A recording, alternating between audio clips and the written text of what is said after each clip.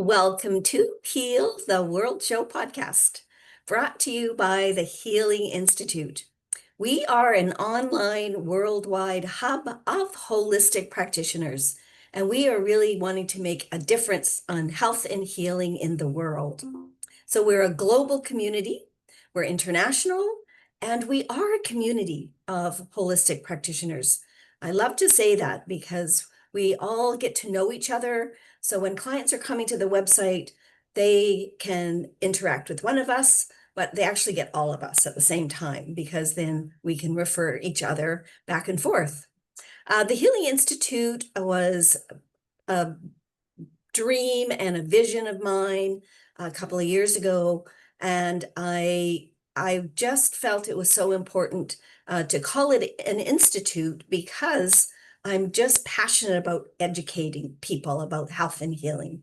You know, we're all in a health journey, so let's make it a proactive health journey. I think we've been in a reactive journey of health for so long, and our medical model, we often say, is broken. I don't know that it's actually broken, but you know, we have always ever looked, I think the mainstream medical model has always looked at symptoms and not at root causes. And that's what we look at. We get to the root cause of what's going on with you. So this is actually our 109th episode. I've been doing this a little over 2 years. Each week on Heal the World Show podcast, I invite someone to come and talk about their area of expertise. October's theme is Optimistic October. And actually, I asked my husband to help me find the theme this month, and that's what he came up with, and I thought it was pretty good. So we're using that. Perfect. And today you're going to meet the wonderful Evan Bestman. He is the founder and CEO of Pro Attitudes, creator of Better Bite Buddy, which we're going to talk about. He's an AI coach and registered dietitian, and we're going to talk about mind over mouth and how leaders can build energy, confidence, and control. Welcome, Evan. I'm just delighted to have you here today. I'm so grateful that you invited me on. Thank you so much. So tell us a little bit about Better Bite Buddy. And we're going to get into a little more detail about mind over mouth during our conversation. But I'm really interested. I want our audience to know what Better Bite Buddy is. And your contact information is in the chat, which we will make sure we put into the show notes. So I'll yeah, put that in again. There you go. yeah, So perfect. people can see that. Well, thank you for the introduction. And the Better Bite Buddy is a tool that I created to help my clients reach their goals faster. But if you could imagine, waking up this morning, everybody, when they wake up in the morning, they don't just jump out of bed and go, yes, I'm going to get started. Let's What do you go. mean? I do that. I'm sure you do that. Well, but the first little inkling, gave a presentation yesterday on my birthday it was an entrepreneurial summit to 100 entrepreneurs. And I asked the question, how many of you wake up every day and jump out of bed? Like, I bet you there's a voice in your head that says, oh, just a few more minutes. And I said, that's your inner critic. The Better Bite Buddy was designed for dealing with that little voice in your head. Yeah. And it doesn't mean that we listen to our inner critic. Both of us are learned how to tame our inner critic, Right, right. right? That's the idea. But so many people are not self-aware that they Mhm. have those voices, which are parts of who we are. They're there to Exactly. protect us. Yeah. So the Better Bite Buddy helps you not because I'm a nutritionist, I'm a leadership coach disguised as a nutritionist. I love it. And I don't think people need another diet to go on. Right. No one Right. wants to be in diet prison. I think they need more clarity. And that's what the Better Bite Buddy is all about. It shows you how food impacts your Mhm. energy, how it impacts your mood, even your momentum in the day. When you wake up and you eat a bagel and cream cheese in the morning because, oh, it's just sitting there because somebody brought in the bagels, you might taste great for a moment and you're enjoying it, but think about how it affects your energy and how it prevents you from creating momentum. And it wasn't that you did that intentionally. It's just you let the inner critic rule you. And so that's what the Better Bite Buddy is all about. I love it. And it's really educating us about nutrition and food and how it works with our bodies. Be Don't tell them that. Because because the thing about it is so many people don't realize the tools that work the best are the ones that are fun and they can relate to. This is like that's why I call it the Better Bite Buddy. It's like a companion. I was watching Lex Friedman, who's a large language model expert out of MIT, and he's doing some amazing things with AI. And he was being interviewed by Andrew Huberman, and he was talking about getting these Roombas with like little voices in them, and how would people react if every time it hit something it went ouch. And then he talked about, which is really interesting because it's not human, right? It's a machine. But then he said, what if your refrigerator had AI built into it and it talked to you? It would be your best friend. And as I was building this tool, that was like an aha moment for me because that's really what I want. Like when you're celebrating, we go to the refrigerator, right? We celebrate. But what about when you had a hard week, or maybe you broke up with your boyfriend or girlfriend and you go for the ice cream, right? What if yeah. that Better Bite Buddy or that refrigerator was there to support you and be there for you You and really want that scoop of ice cream. in a nice way? Yeah. Exactly. That's really what the Better Bite Buddy is designed to be, that coach that holds you accountable, but without being stern. It's really Yes. being helping you be more courageous to make the choices that you know you want to make and still get the outcome you want. Because it's not about the ice cream. No. A lot of people will say it is, but it's not. It's about how you feel afterwards. And what if you were able to do and get the same outcome, but not feel the guilt and the shame of being off your diet, which is, And we know that there's literature and the research is out there to say oftentimes diets, the word diet it doesn't really work because we're refusing ourselves something. So when well, they we're work, but they don't work long term. So long term. the research that's out there is that within 5 years, up to 95% of people will gain the weight back. And I've had clients of mine who've come to me, gastric bypass patients who've gained the weight back, lost 100 pounds and then gained it back after going through a tremendous upheaval in their life because they never dealt with the underlying issues. Mhm. That's what I do. I do the deep work. Yeah. And the same Perfect. thing with Ozempic. Like Ozempic, people don't realize I'm not against or for medication, but there's trade-offs with medications. Mhm. Mhm. And there are so many millions of people using it, but right now it's documented that over 2,000 people have had spontaneous blindness that does not reverse being on that drug. And yes, they're at higher risk and it does say it, but they don't tell you this. And like, would you want to just say, oh, I'm going to lose 20 pounds and then suddenly now you're blind? That to me is if you could just learn how to tame your inner critic and Mhm. learn how to be kinder to yourself and not have to take injections. That's really my goal in life. Yes, And that's it's beautiful. mostly because of me. I was my first client. As we usually are. Yes. Yeah, so thanks for the correction. Yes, that is correct. That is right. It's that diets do work, but not long term.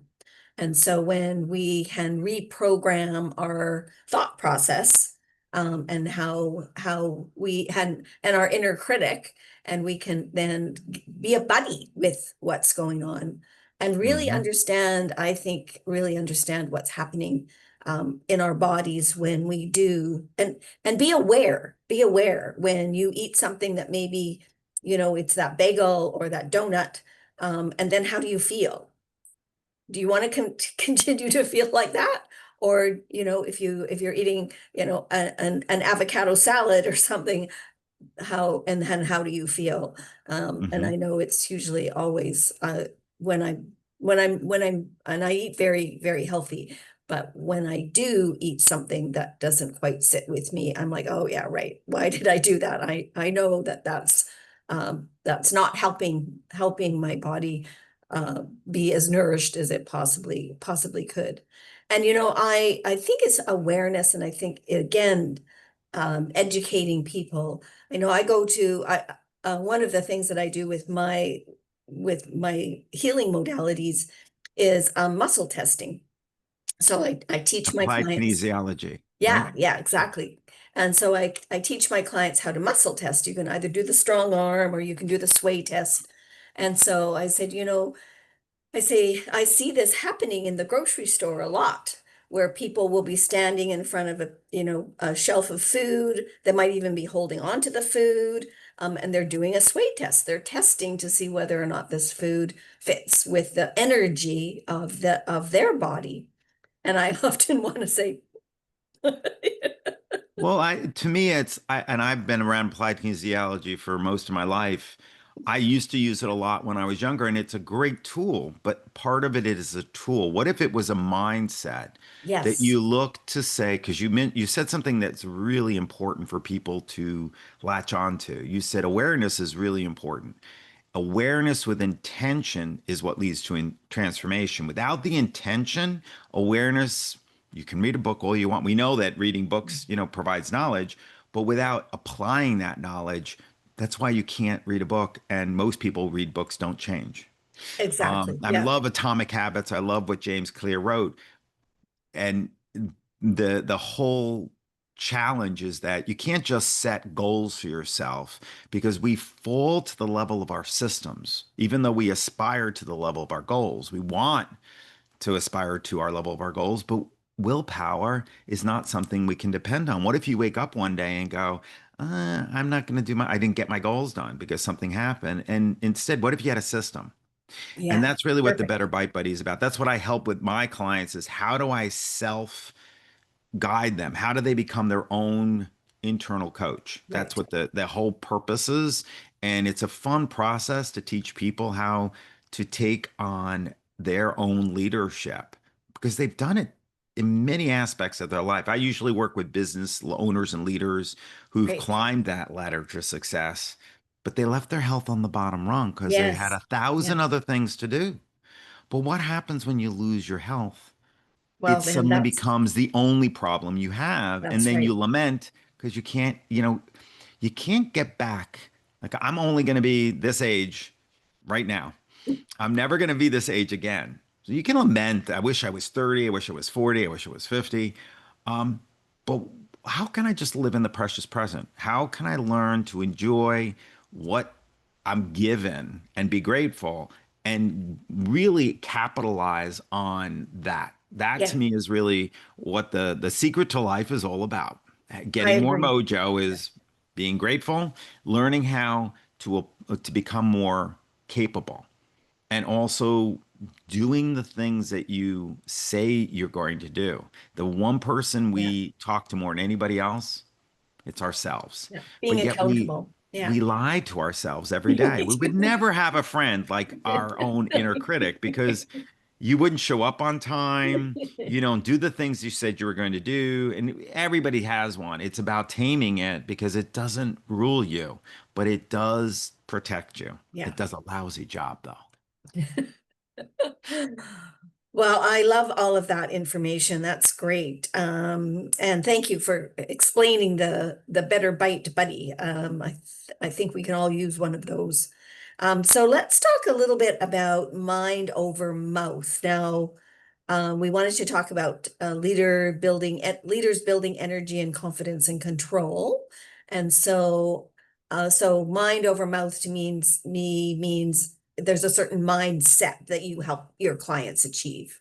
hmm So part of the challenge is I'll either have executives in burnout, and that's the overdrive samurai inner critic making, and they're externally motivated. That's the problem. So the issue is about self-reliance or approval or its reliability. Those are the three root causes of why the inner critic's designed, because when we are children, we develop these inner critics when we suddenly have to separate from our parents, from usually around the ages between 5 and 7. And our parents did the best they could, but sometimes something will happen. And instead of it being processed where, oh, this is the lesson learned, nobody talks about it. And you look at it, oh, I must be such a terrible person Right. that I deserve that. And you now blame yourself Mhm. and there's shame. And that inner critic that's the seed of the inner critic. Right. And it's protecting you. When you are an adult, those inner critics are not necessary anymore. So part of this process is about helping create clarity by learning who your inner critic is. So there's an inner critic quiz. I have Discovering Your Inner Critic, which there's a link in the chat where they Oh, can wonderful. I go to love that that. link, and it's a free a free quiz that they can take and learn who the loudest inner critic is in their head. There are 10 of them, but not every one is necessary that is loudest in your head. And then once you take the inner critic quiz and identify who that inner critic is, then you can find out what the root cause is. Is it reliability? Is it approval? Is it self-reliance? And then the idea is to start working on reframe. I don't believe that the diseases that we have today, all the chronic diseases that exist in this world, are diseases of strictly metabolism. To me, I believe they're diseases of the neural pathways in our brain. That Oh, if I we so can agree with you. reprogram those neural pathways with Yeah. neuroplasticity, which, when I first designed this over 30 years ago, neuroplasticity was a kind of a woo-woo thing, right? But now I love Everybody Andrew knows about Huberman. it. Everybody knows, Yeah. everybody accepts it. It is now solid science. We don't want to be ruled by our amygdalas, right? It's the Yeah, fight or no, flight definitely. response. Yeah. So what I do with my business owners and leaders to get clarity is I first teach them how to create pattern interrupts and become aware of their inner critic. So we develop a plan and then we celebrate along the way, every step of the way, because celebration develops your inner coach That's so that so, they so create perfect. momentum. Yeah. So I just love it when people like you are talking about the celebration part, because that's so important to go along with whatever the coaching part is that you're doing. Because we just don't work lots of times very hard on ourselves. And Well, so that's we the inner critic. that Yes. we're not The inner celebrating coach, the I, good I stuff. was I was testing my Better Bite Buddy, which is still in beta form, and I was just using it for just like everybody else. I've got some things I want to tweak. And I said, my inner coach was saying this, and because of the way I programmed it, it said, no, that was your inner critic. Your inner coach would never be critical of you Oh, that way. yes, right. And I think it's so important that when we listen to the voices in our head, that we acknowledge that they're just voices, that we acknowledge and say, I'm a witness to the Yeah, voice. The inner coach isn't a voice, it's you. yeah. And that inner voice, you'll know that because you'll go, well, I just witnessed that voice. I'm the one talking now. And that distinction, people don't have that. When they get that Mhm. self-awareness and they start developing the intention of identifying the inner critic and then learning how to tame him with pattern interrupts. And I have a whole process of how I help people do this. Plus, I have a course that I sell on a platform, The Great Discovery. It's 21 days to tame that inner critic. Oh, fabulous. And Great. so Yeah. if Because anybody's we interested in that, they can direct message me and I'll send them the fabulous. link for that. It's not expensive. It's only $47. And I think I still have a 25% discount from the summit yesterday. So Ah, if they sign up today, they get a 25% discount. excellent. Well, thank you for that. That's fabulous. Yeah. And that is so it's so key as well for us to be, to have that confidence so that we Hmm. can have control. So we have to, building ourselves up to have that confidence that we can actually do what we have thought we wanted to do and what we've told ourselves we're going to do. And then we can do it. But which comes first, the action or the feeling of confidence? And that is, I think, where people mess up. Yeah. Confidence comes from making commitments and keeping them. But you need between the making of the commitment, and that's why my clients all get a commitment log. This is something, and I sell this on Amazon, but this is something that they use because making a commitment and keeping it, what it does is it challenges the inner critic, but you have to make the commitment small enough that the inner critic says, you can do that. So Yes. there's Yeah. no resistance. But when you make that commitment and you keep it, you're using courage. That Oh, courage absolutely. leads Mhm. to, oh, wow. okay, you're capable. I'm Yeah. capable. I can do this. Right. And now with the capability, you can now, you're building your attitude muscle. That's what I call it, the attitude muscle. And now you can make more commitments, higher level commitments, use more courage, and work outside your comfort zone until the capability becomes competence. And now you become consciously competent, is what the goal is, because we live in our lives without awareness being unconsciously Yeah. incompetent. That's true. If we Yeah. can flip that, and that's part of that process of just waking up every day and saying, let me do what I can, not what I should, but what I can. And at the end of the day, celebrating that. Yeah. And the celebration is what helps you develop that inner coach to build that attitude muscle. Well, look how far I've come. After, you get on a set of stairs and you start walking up the stairs. Let's say my office, I always use this analogy with my clients to let them understand my process. I say there's three ways. You're in my office. Let's say I'm on the 10th floor. There are three ways to get to your car. That's where you want to go. What's the fastest way to get to your car? You're on the Did you 10th know? floor. Faster. I know a faster way. Jump out the window. I don't know that that would be. Now, I don't want you to jump out the window because gravity doesn't care whether you jump out the window, you take the elevator or the stairs. When you get hit the ground, you got there fast, but you go splat. That's a natural consequence. So many people are looking to jump out a window when it comes to some of these processes, right? Say to change for change. Yeah. But now the elevator is a great analogy. Somebody built that elevator. They put a lot of technology and money into it. You just have to do one thing. What is it? Push the Just push a button. button. But what if you're not intentional? All of a sudden you pull out, you're distracted, you pull out your cell phone, and now you get to the first floor, and before you know it, you didn't get off, you didn't even notice the door was open. You're right back to where you started. But when you take the stairs, yes, it's 10 flights. It's like, oh, I've never done 10 flights before, you might say. How many people take stairs anymore, right? But now you go one step at a time. You get to a landing and you go, wow, look back. I did 10 steps. That's more than I've done in a long time. And now you build your ability to go keep going because it's doable. And before you know it, you're a quarter of the way there, halfway there. You're constantly supporting yourself by celebrating. When you get to the bottom, do you think you're going to intentionally go back to that 10th floor unless you want to come visit me? Not You're not not if going. you're walking up the stairs. No. You don't want right up or down, whichever you're doing, it's with intention. Yeah. So then you own it. So you've earned it. And that's the difference with, when people want to take Ozempic or go for a gastric bypass, or they just go on a diet, or they go on one of those crazy exercise programs, and they hire a personal trainer. Mhm. Or I have one client of mine, he says, I hire a person, many clients of mine who've hired personal trainers for one reason. I don't want to think about it. I just want to do what they tell me to do. And I know that client, they're not going to be successful because No. what happens when they travel, which a lot of Yeah. my clients do, they're not going to have the personal trainer. That's Right. not a system for success. That's just Because showing up. they haven't owned it. They haven't owned Exactly.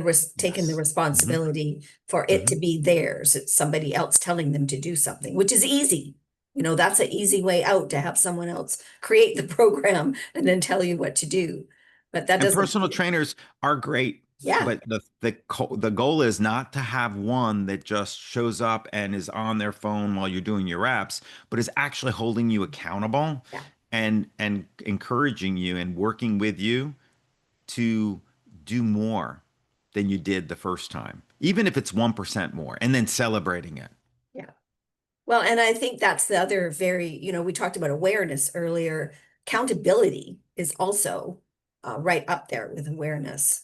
And in order to be successful and then and to be able to do what you really want to do, hmm we as you said, we do want to be healthier. We do want to we do want to reach our goals, but we just need to have those systems in place that you're talking about in order for us to get that confidence to then be able to have the confidence to continue. Because if we don't have the confidence, we're not going to continue. And to make it easier for people, just so they know, when it's a habit, Mhm. it's automatic. Yeah, So the goal is to create a new habit and get it to be automatic. There is no magic number though that says 21 days and you got a habit. right. It's different for everybody. I can get you to have a habit in a day if your life depended on it. But Yeah. some people can take a year to get a habit or never because it's not connected to their why. So all of these things play a role, which is why I've spent my life reverse engineering what I went through when I was a kid, because I made some ordinary changes when I was young. My nickname was Heavy Evie. I'd walk into a room, and even though there was somebody calling me Heavy Evie, I walked into the room and said, I'm not good enough. I'm too big. I don't fit in. And I thought that was me. And when I woke up one day and realized that's not me, that's programming. That Yeah. was programmed into me. And I looked in the mirror and said, nobody can do this except you. And I made some ordinary changes over a summer and went through a transformation. I mean, I was heavy. I made a muscle. Nothing happened. I was not a happy boy growing up that way. And I knew, though, when I thought about my future, I think it's really important for people to look at their future selves. I do a lot Yes. of future self work. And what would they thank you for Mhm. what you make a commitment to? And so when you say, oh, I really like, I didn't want to work out today, but I went with my son, didn't want to work out either, but I went with my son. So I had an accountability partner and we worked out. And on the way home, I said, how do you feel? Doesn't that feel great? I know we didn't want to do it, but man, I'm so glad that's done. And I still feel great now. How many hours later? 6 hours later from when I got home. So there's a wonderful benefit. It's the bagel's not going to do that, No. right? Right. And so making it that it's part of a non-negotiable, and it doesn't matter how you feel, unless you're sick, right? That's what's important. And then what ends up happening is if your mind is playing games, there's lots of tools that I work with, and they're all built into the Better Bite Buddy or in my program, to help you kind of hack your brain. Yeah. Because really, it's our brains. We have a lizard brain that they with thousands of years ago, when we were in caves, we would go out to look and make sure it was safe because we Yes. needed to survive. It was protecting us. The ones in our gene pool that went out to look at this beautiful sunrise and got eaten by the saber-tooth tiger, they're not part of the gene pool anymore. And the ones that went out and wanted to see a beautiful sunset and the warring tribe from right across the way that was hiding and killed them, they're not there anymore. It was the hypervigilant ones that looked outside. Am I safe? Do I have to run? Do I have to fight?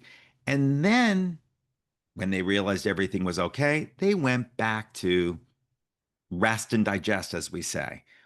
But in this world, right, the world we live in, we don't do that because we have not just a saber-tooth tiger, we have paper tigers and we Yes. have digital tigers. We've got emails and social media and phone calls and texts and oh my gosh, so many things. So what happens is we are living our lives in this fight or flight response, which was not designed to be kept, our bodies be kept because it was designed I mean, we evolved this way. Every animal has this lizard part of their brain that has a brain.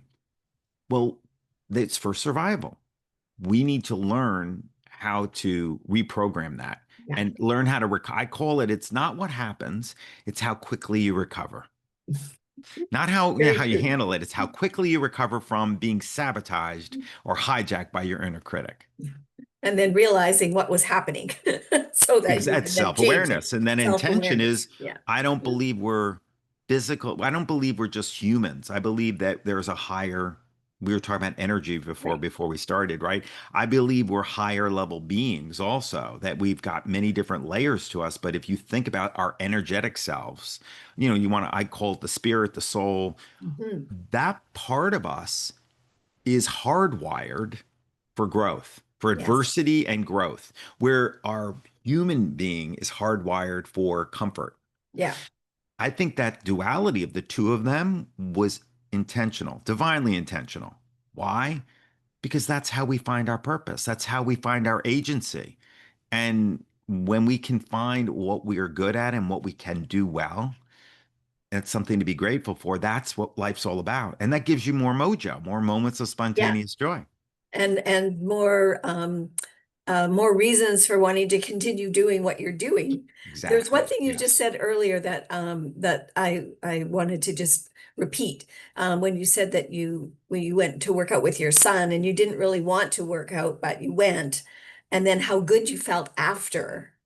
And we hear that a lot. We hear, well, I didn't want to do it, but I did it, and now I feel great. Or, I'm so happy that whatever it was, whether it's a physical workout or mental or emotional workout, whatever it might be. And I think that is so very important for us to remember that, for us to Mm. remember how great we felt when we actually achieved something. Our inner critic was saying, you just want to go back to bed and you don't want to get up and go to the gym this early in the morning.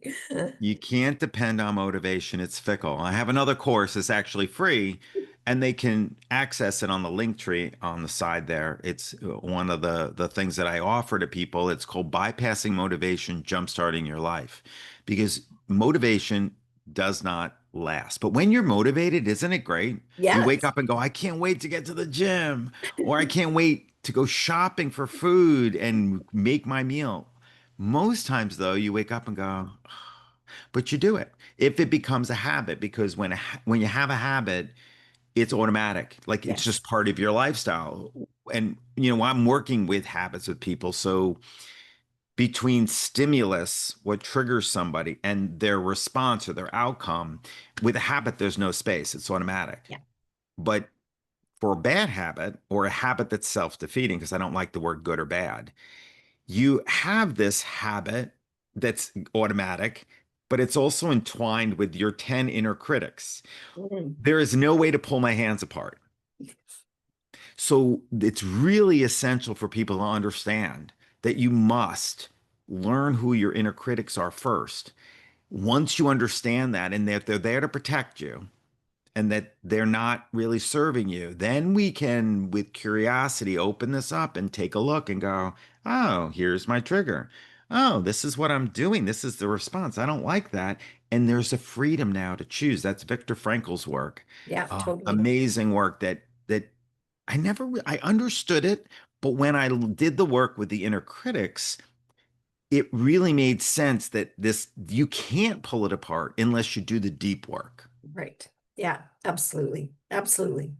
Well, this has just been a wonderful conversation. I'm so glad that we were able to talk about all the things we talked about today. And, I usually say this at the beginning of my part of my intro, but, I was very motivated to create the Healing Institute because we had a tragedy in our family a number of years ago when my mom passed away at a very young age, and it was due to complications of a medication she'd been on for a very long time. And so unfortunately, she died on the 15th of December. It was right before Christmas. I was 5 months pregnant with my son. And Mm. I often say it's not only a tragedy that she passed away at such a young age, but my children didn't get to know their grandmother. And I don't want that happening for other families. So that is one of my reasons and my motivation for creating the Healing Institute, doing these podcasts, sharing information about health and healing with our audiences. And I just wanted to, say that we are definitely our goal and our vision. Actually, it's more of a vision but also partly a goal to share the kind of information that you have, Evan, about the work that you do. So I'm just so delighted that you were able to be part of our podcast today. Our motto is service with love, and as I mentioned earlier, we are a community of holistic practitioners, and we have a big ask. Those of you that are listening to this podcast or watching it on YouTube, please share with your community, share with your family, and share with your colleagues. Let them know about the Healing Institute and our amazing practitioners and the work that we do. And again, thank you so much. You got to meet another fabulous healer today, Evan Missman. Thanks, Evan, for being on the podcast. So grateful for you having me here. And also tell your audience if they learned something, share it on YouTube. I would love feedback on what is it was your takeaway and what are you going to do differently? That's your accountability check-in. That's perfect. Yes. I'm gonna incorporate that. I'm starting to get some YouTube followers, and so having their comments is very, very helpful. Yeah, for sure. Hmm. All right. We will see you all next Friday on Heal the World Show podcast. And thanks again for joining us today.